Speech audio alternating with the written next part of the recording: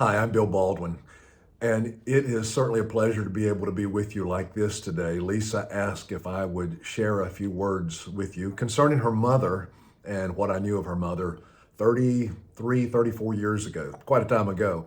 I couldn't be with you today because being Thanksgiving, the Thanksgiving season holiday, I'm with my son in Nashville. But what a delight and what a joy. And thank you, Lisa. What an honor to be able to do what I'm doing right now, to share with you the passion that was in Carolyn Lively, in her life for Jesus, and also for the call of God upon her life. I got to know Carolyn and Jerry, and of course, Lisa and David 30 some years ago in the 80s when I pastored a church in Charlotte, and they worshiped with us there for a good season. Carolyn, here's what I found, had a divine call upon her from the Lord. And this call was to protect the preborn children that were being basically killed right out of the mother's womb. She carried this passion. I've never known anyone except her daughter that's had the very same passion.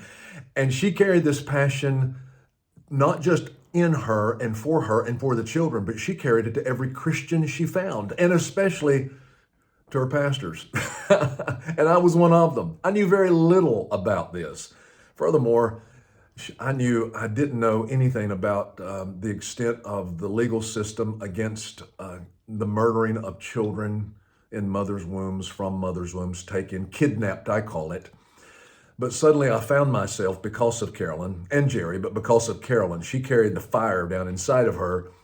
I found myself on this sidewalk campaign, that's what I'm going to call it, this prayer gathering with tons of other Christians, and along with Carolyn and Jerry, of course, who stuck a sign in my hand, put me on a sidewalk, and there we stood in front of an abortion clinic, basically protesting and praying against the abortion and praying for the unborn children and for the mothers that were basically being subjected to this thing.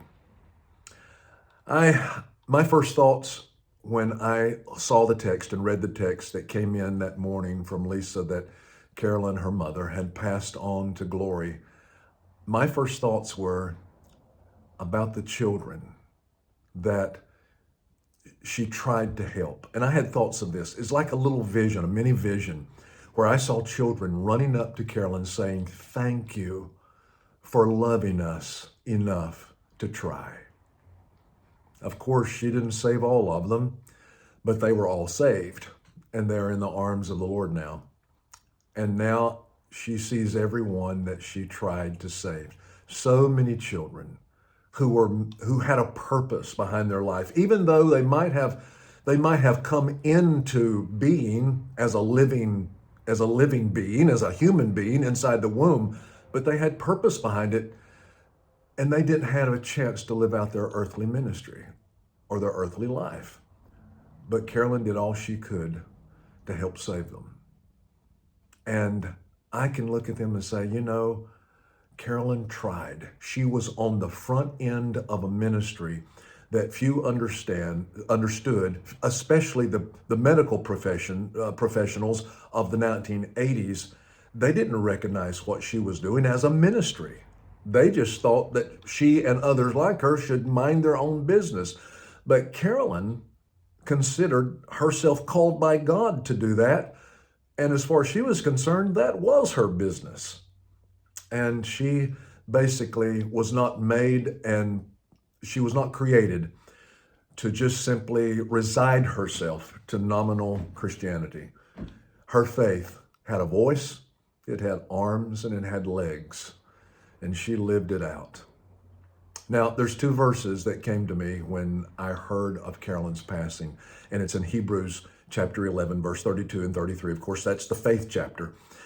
And the first verse kind of sets it up. The first verse I'm going to refer to sets it up. The second verse has two words that epitomized who Carolyn was. And it goes like this. It says, "And what more shall I say? For time would fail me to speak of Gideon and of Barak and of Samson and of Jephthah and of David and Samuel and the prophets." And here it comes. "Who through faith conquered kingdoms," and here are the two words, "enforced justice. That was Carolyn. Through faith, she enforced justice on behalf of the most vulnerable human beings on the planet today.